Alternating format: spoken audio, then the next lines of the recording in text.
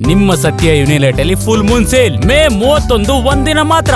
ಸತ್ಯ ಯುನಿಲೆಟ್. ದಾವಣಗೆರೆಯ ಹರಿಹರದಲ್ಲಿ ಶಂಕಿತ ಉಗ್ರನ ಬಂಧನ ಕೇಸ್ಗೆ ಸಂಬಂಧಪಟ್ಟಂತೆ ಹರಿಹರ ಗ್ರಾಮಾಂತರ ಪೊಲೀಸ್ ಠಾಣೆಗೆ ಎನ್ಐಎ ಅಧಿಕಾರಿಗಳು ಇದೀಗ ಎಂಟ್ರಿ ಕೊಟ್ಟಿದ್ದಾರೆ. ಶಂಕಿತ ಉಗ್ರ ಸುಹೇಲ್ ಮತ್ತು ಆತನ ಸಹೋದರನ ವಿಚಾರಣೆಯನ್ನ ಮಾಡಲಾಗ್ತಾ ಇದೆ. ಬೆಳಗ್ಗೆ 11 ಗಂಟೆಯಿಂದ ಶಂಕಿತ ಉಗ್ರ ಸುಹೇಲ್ನ ವಿಚಾರಣೆಯಾಗ್ತಾ ಇದೆ. ಶಂಕಿತ ಉಗ್ರನ ಮೊಬೈಲ್ ಅನ್ನ ಪರಿಶೀಲನೆ ಮಾಡುವಂತ ಕೆಲಸವನ್ನ ಸದ್ಯ ಅಧಿಕಾರಿಗಳು ಮಾಡ್ತಾ ಇದ್ದಾರೆ. ಆತ ಯಾರ ಜೊತೆಗೆ ಸಂಪರ್ಕವನ್ನ ಹೊಂದಿದ್ದ ಅನ್ನುವಂತಹ ವಿಚಾರಣೆ ಇದು. ಸುಹೇಲ್ ಮೊಬೈಲ್ಗೆ ಸುಹೇಲ್ನ ಮೊಬೈಲ್ ಏನಿದೆ ಆತ ಯೂಸ್ ಮಾಡ್ತಾ ಇದ್ದಂತಹ ಮೊಬೈಲ್ ಅನ್ನ FSL ಗೆ ಕಳುಹಿಸೋದಕ್ಕೆ ಎನ್ಐಎ ಇದೀಗ ಡಿಸೈಡ್ ಮಾಡಿದೆ. ಹರಿಹರ ತಾಲೂಕಿನ ಬನ್ನಿಕೋಡು ಗ್ರಾಮದಲ್ಲಿ ಶಂಕಿತ ಉಗ್ರನ ಬಂಧನವಾಗಿದೆ. ಹರಿಹರ ಗ್ರಾಮಾಂತರ ಪೊಲೀಸ್ ಠಾಣೆಗೆ ಈಗಾಗಲೇ ಎನ್ಐಎ ಅಧಿಕಾರಿಗಳು ಕೂಡ ಎಂಟ್ರಿ ಕೊಟ್ಟಿದ್ದಾರೆ.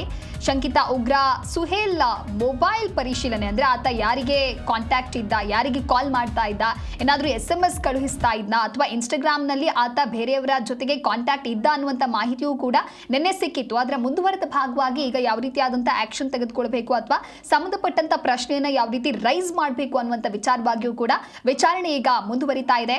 ಆತ ಯಾವ್ಯಾವ ಗ್ರೂಪ್ನಲ್ಲಿ ಇದ್ದ, ಅಲ್ಲದೆ ಇನ್ನಿತರೆ ಯಾರೆಲ್ಲ ಜೊತೆಗೆ ಸಂಪರ್ಕವನ್ನ ಹೊಂದಿದ್ದ ಅನ್ನೋದ್ರ ಬಗ್ಗೆಯೂ ಕೂಡ ವಿಚಾರಣೆ ಆಗ್ತಾ ಇದೆ. ಆತ ಕೆಲವು ಮೆಸೇಜ್ಗಳನ್ನ ಈಗಾಗಲೇ ಡಿಲೀಟ್ ಮಾಡಿದ್ದಾನೆ ಅನ್ನುವಂಥ ಶಂಕೆ ಕೂಡ ವ್ಯಕ್ತವಾಗಿದೆ. ಇಬ್ಬರು ಎನ್ಐಎ ಅಧಿಕಾರಿಗಳ ಜೊತೆಗೆ ಇಬ್ಬರು ಡಿವೈಎಸ್ಪಿಗಳು ಸುಹೇಲ್ ಹಾಗೆ ಶೋಯೇಬ್ ಇಬ್ಬರ ವಿಚಾರಣೆಯನ್ನ ಮಾಡಲಾಗ್ತಾ ಇದೆ. ವಿಚಾರಣೆಗಾಗಿ 10 ದಿನಗಳ ಕಾಲ ಸುಹೇಲ್ನನ್ನ ಇದೀಗ ಹರಿಹರ ಗ್ರಾಮಾಂತರ ಪೊಲೀಸರು ವಶಕ್ಕೆ ಪಡೆದುಕೊಂಡಿದ್ದಾರೆ ಅನ್ನುವಂಥ ಮಾಹಿತಿಯೂ ಕೂಡ ಸಿಕ್ಕಿದೆ. ಮೊಬೈಲ್ ಪರಿಶೀಲನೆ ಮಾಡಿದಂಥ ಸಂದರ್ಭದಲ್ಲಿ ಹಾಗಾದ್ರೆ ಆತ ಯಾವೆಲ್ಲ ಗ್ರೂಪ್ನಲ್ಲಿ ಇದ್ದ, ಯಾರಿಗೆ ಆತ ಮೆಸೇಜ್ಗಳನ್ನು ಕಳುಹಿಸ್ತಿದ್ದ, ಆತನ ಟಾರ್ಗೆಟ್ ಏನಾಗಿತ್ತು, ಆತನ ಪ್ಲಾನ್ಸ್ ಏನು ಅನ್ನುವಂತಹ ವಿಚಾರ ಜೊತೆಗೆ ಈ ಒಂದು ಕೇಸ್ ಬಹಳಷ್ಟು ತೀವ್ರಗೊಂಡಿರುವಂತಹ ಹಿನ್ನೆಲೆಯಲ್ಲಿ ಸ್ವತಃ ಎನ್ಐಎ ಅಧಿಕಾರಿಗಳೇ ಇದೀಗ ಅಖಾಡಕ್ಕೆ ಇಳಿದಿರೋದ್ರಿಂದ ಯಾವ ರೀತಿ ಇನ್ವೆಸ್ಟಿಗೇಷನ್ ಮಾಡ್ತಾರೆ, ಇನ್ವೆಸ್ಟಿಗೇಷನ್ ನಂತರದಲ್ಲಿ ಆತನ ಉದ್ದೇಶ ಏನಾಗಿತ್ತು ಎಲ್ಲವೂ ಕೂಡ ರಿವೀಲ್ ಆಗಲಿದೆ.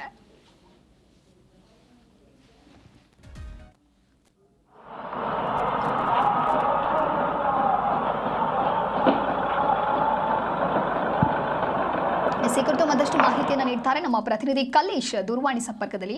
ಕಲೇಶ್, ದಾವಣಗೆರೆಯ ಹರಿಹರದಲ್ಲಿ ಶಂಕಿತ ಉಗ್ರನ ಬಂಧನ ಕೇಸ್ಗೆ ಸಂಬಂಧಪಟ್ಟಂತೆ ಸದ್ಯ ವಿಚಾರಣೆ ಯಾವ ರೀತಿಯಾಗಿ ನಡೀತಾ ಇದೆ, ಜೊತೆಗೆ ಮೊಬೈಲ್ ಪರಿಶೀಲನೆ ಮಾಡುವಂತ ಸಂದರ್ಭದಲ್ಲಿ ಯಾವುದಾದ್ರೂ ಮಹತ್ವದ ಮಾಹಿತಿಗಳು ಸಿಕ್ಕಿದ್ಯಾ, ಹೇಗೆ?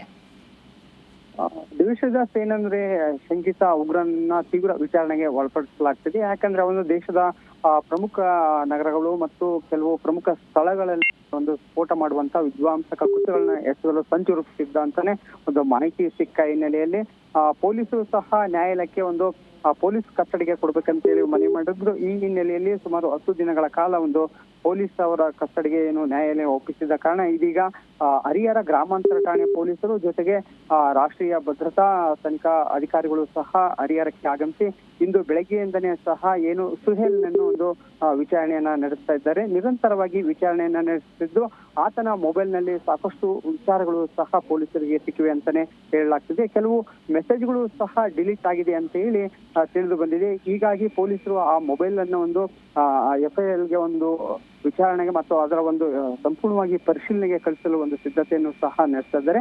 ಏನು ಸೋಹೇಲ್ ಯಾವ್ಯಾವ ಶಂಕಿತ ಉಗ್ರ ಸಂಘಟನೆಗಳ ಜೊತೆ ಸಂಪರ್ಕ ಹೊಂದಿದ್ದ, ಯಾವ್ಯಾವ ವಾಟ್ಸ್ಆಪ್ ಗ್ರೂಪ್ಗಳಲ್ಲಿ ಅವನು ಇದ್ದ ಮತ್ತು ಯಾವ ರೀತಿ ಮೆಸೇಜ್ ಮಾಡ್ತಿದ್ದ, ಈ ಎಲ್ಲಾ ವಿಚಾರಗಳನ್ನು ಸಹ ಪೊಲೀಸರು ಒಂದು ಮಾಹಿತಿಯನ್ನ ಪಡಿತಾ ಇದ್ದಾರೆ. ಸುಮಾರು ಬೆಳಗ್ಗೆ 11 ಗಂಟೆಯಿಂದಲೇ ನಿರಂತರವಾಗಿ ಒಂದು ಹರಿಹರ ಗ್ರಾಮಾಂತರ ಪೊಲೀಸರು ಜೊತೆಗೆ ರಾಷ್ಟ್ರೀಯ ಏನು ಭದ್ರತಾ ಒಂದು ತನಿಖಾ ತಂಡ ಆಗಮಿಸಿದೆ. ಇವರು ಒಂದು ಪರಿಶೀಲನೆ ಮಾಡ್ತಿದ್ದಾರೆ ಮತ್ತು ಶೋಹೇಬ್ ಅಂತ ಹೇಳಿ ಅವರ ಸಹೋದರ ಅವನನ್ನು ಸಹ ವಿಚಾರಣೆಗೆ ಒಳಪಡಿಸಿದ್ದು, ಜೊತೆಗೆ ಇದ್ದಂತ ಗೆಳೆಯರನ್ನು ಸಹ ಪೊಲೀಸರು ಒಂದು ವಿಚಾರಣೆ ಮತ್ತು ಮಾಹಿತಿಯನ್ನ ಪಡಿಸಿದ್ದಾರೆ. ಕೆಲವು ಪೊಲೀಸರ ಮಾಹಿತಿ ಪ್ರಕಾರ ದೇಶದಲ್ಲಿ ಒಂದು ವಿಧ್ವಂಸಕ ಕೃತ್ಯವನ್ನು ಎಸಗಲು ಇವರು ಒಂದು ಸಂಚು ರೂಪಿಸಿದ್ದಾರೆ ಅಂತಲೂ ಸಹ ಮಾಹಿತಿ ಸಿಕ್ಕಿದೆ. ಹೀಗಾಗಿ ಇನ್ನೂ ಒಂದು ಹೆಚ್ಚಿನ ವಿಚಾರಣೆಯನ್ನ ಪೊಲೀಸರು ಒಳಪಡಿಸುವ ಸಾಧ್ಯತೆ ಇದೆ. ಇಂದಿನ ಮಟ್ಟಿಗೆ ಅವನ ಮೊಬೈಲ್ ನಲ್ಲಿ ಇರ್ತಕ್ಕಂತಹ ಸಂದೇಶಗಳನ್ನು ಮತ್ತು ಮೆಸೇಜ್ಗಳನ್ನ ಪರಿಶೀಲನೆ ನಡೆಸಿದ್ದಾರೆ. ಓಕೆ, ಥ್ಯಾಂಕ್ ಯು ಕಲೇಶ್ ನಿಮ್ಮೆಲ್ಲ ಮಾಹಿತಿಗಾಗಿ.